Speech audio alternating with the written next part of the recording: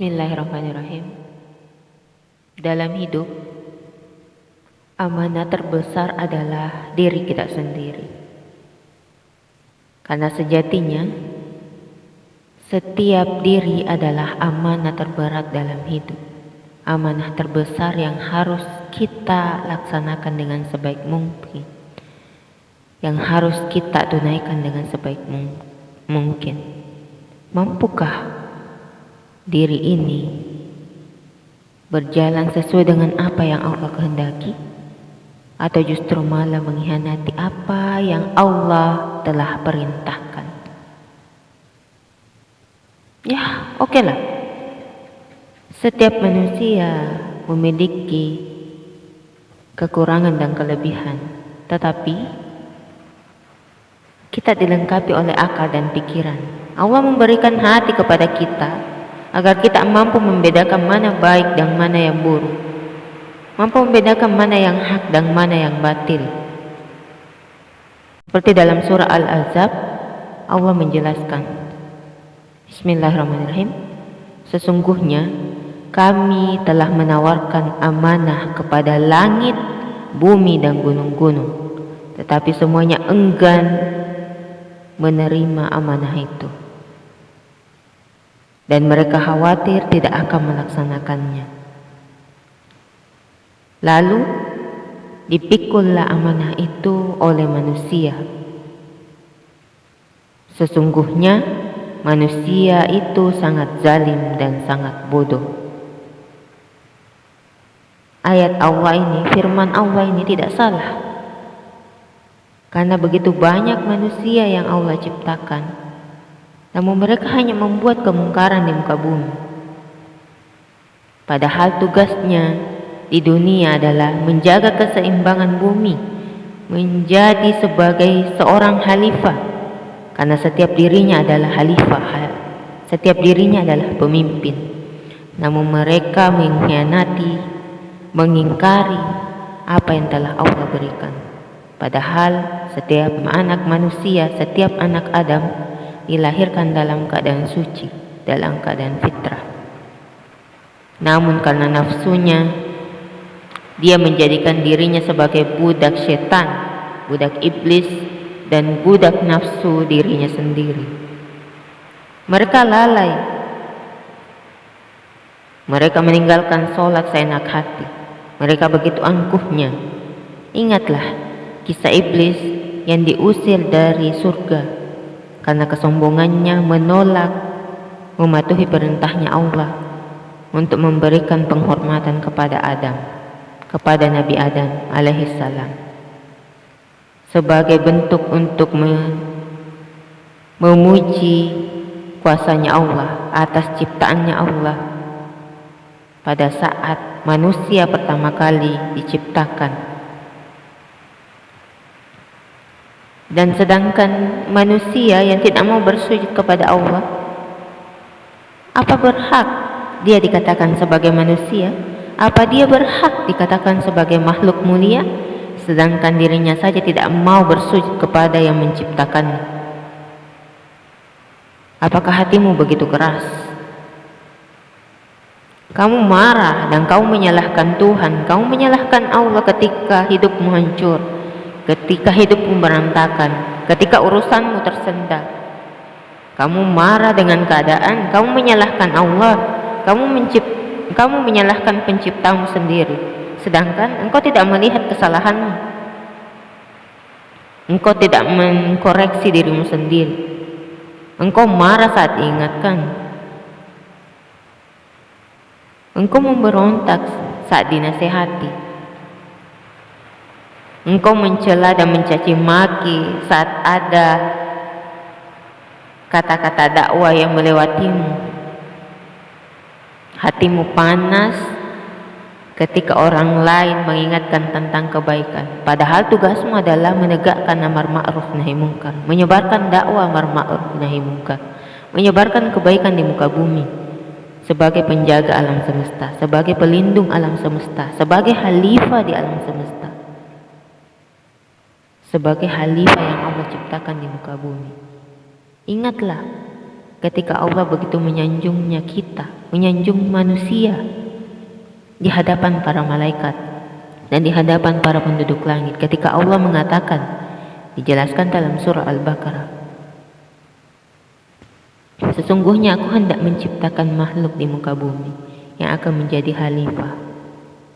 Lantas malaikat mengatakan, malaikat menyangga, wahai Rabb kami, ya Allah, bukankah ada kami yang senantiasa bersujud kepadamu, menyucikan namamu, bertasbih kepadamu, tidak mengingkari setiap perintahmu? Lalu mengapa engkau hendak menciptakan makhluk yang kerjanya hanya menumpahkan darah di muka bumi, yang kerjanya hanya saling membunuh, saling menghancurkan satu sama lain? Namun Allah membela manusia, Allah membela kita. Allah mengatakan, sesungguhnya aku mengetahui apa yang tidak kamu ketahui. Lantas malaikat mengatakan lagi, maafkan kami ya Allah, ampuni kami. Ilmu kami sangat kurang dan ilmumu jauh melampaui daripada ilmu kami. Allah menjelaskan sendiri itu dalam beberapa ayat, dalam banyak ayat dalam Al-Quran. Namun bagaimana kita bisa mengetahuinya kalau Al-Quran saja tidak mampu kita baca? Al-Quran saja kita abaikan. Apakah pantas dirimu disebut sebagai manusia mulia? Apakah pantas dirimu disebut sebagai orang baik? Apakah pantas dirimu disebut sebagai khalifah di muka bumi ini? Coba tanya dirimu, tanya hatimu. Apakah hari ini sholatmu masih engkau lalaikan? Ingat, sholat adalah identitas orang muslim. Sholatlah yang membedakan antara kafir dan muslim, antara muslim dan orang-orang munafik, antara orang-orang beriman dan orang yang munafik. Jika sholat saja masih engkau tinggalkan, jangan harap hidupmu akan bahagia. Jangan harap hidupmu akan tenang. Pikirkan itu dan perbaiki sholatmu. Tidak perlu menjadi orang hebat jika sholat saja engkau tinggalkan. Bagaimana engkau bisa memasuki surganya Allah jika sholat saja engkau tinggalkan? Memimpikannya saja, apalagi mencium baunya, engkau tidak akan pernah bisa mencium baunya ketika sholat saja engkau tinggalkan. Cobalah perhatikan, jika engkau ingin hidupmu diperbaiki oleh Allah Subhanahu wa Ta'ala, perbaiki sholatmu. Sholat 5 waktu. Jika tidak mampu sholat sunnah, tunaikan saja yang 5 waktu. Ingat, sholat itu hadiah Allah kepada kita, kepada umat Rasulullah Sallallahu Alaihi Wasallam. Allahumma sholli ala Muhammad wa ala ali Muhammad. Aku mengingatkanmu tentang sholat bukan karena demi kebaikanku, tetapi kan demi kebaikan kalian, demi kebaikan kita bersama, demi kebaikanmu. Karena aku mencintai kalian karena Allah. Aku mengingatkanmu karena sudah tugasku untuk menegakkan kebenaran, untuk menyampaikan amar ma'ruf nahi munkar. Memang saya bukan orang baik, tetapi setidaknya saya ingin mencintai Allah dan Rasulullah dengan menyebarkan kebaikan. Engkau mau marah, engkau mau celah, terserah, itu urusanmu. Karena urusanku adalah dengan Tuhanku, dengan Rabbku. Setiap dosaku, urusanku dengan Rabbku. Dan aku mengingatkanmu karena aku ingin di setiap saat ketika engkau melihatku dalam kesalahan, dalam kehilafan, di saat melakukan dosa, aku ingin engkau mengingatkanku karena Allah dan demi kebaikanku. Tapi ingatkanlah diriku dengan cara yang baik. Sampaikan dengan kebaikan, sampaikan dengan hati, agar itu sampai dengan baik dan sampaikan dengan bijak. Semoga kita menjadi orang-orang baik yang selalu dituntun oleh Allah Subhanahu wa taala. Tetaplah sholat karena setiap kita adalah pendosa dan kita berhak menjadi baik. Ketika orang lain mencelamu bahwa engkau pelaku maksiat, engkau tidak pantas sholat, abaikan saja. Setiap kita adalah pendosa, maka jangan pernah tinggalkan sholat. Apapun yang terjadi, jangan pernah tinggalkan sholat.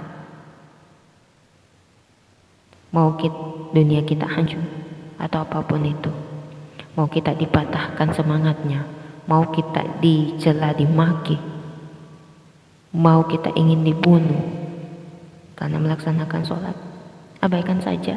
Yakin pada Allah, innallaha ma'ana. Allah bersama kita, dan Allah selalu menolong orang-orang yang menolong agama Allah. Dan Allah selalu bersama kita dengan orang-orang yang selalu mengingat Dia dimanapun, baik dalam keadaan ramai ataupun dalam keadaan sepi. Jadi, yuk mari hijrah. Mari kita belajar bersama, hijrah bersama. Karena surga terlalu luas untuk sendiri, dan surga terlalu mahal untuk kita masuki tanpa adanya usaha. Astaghfirullah khairat. Assalamualaikum warahmatullahi wabarakatuh.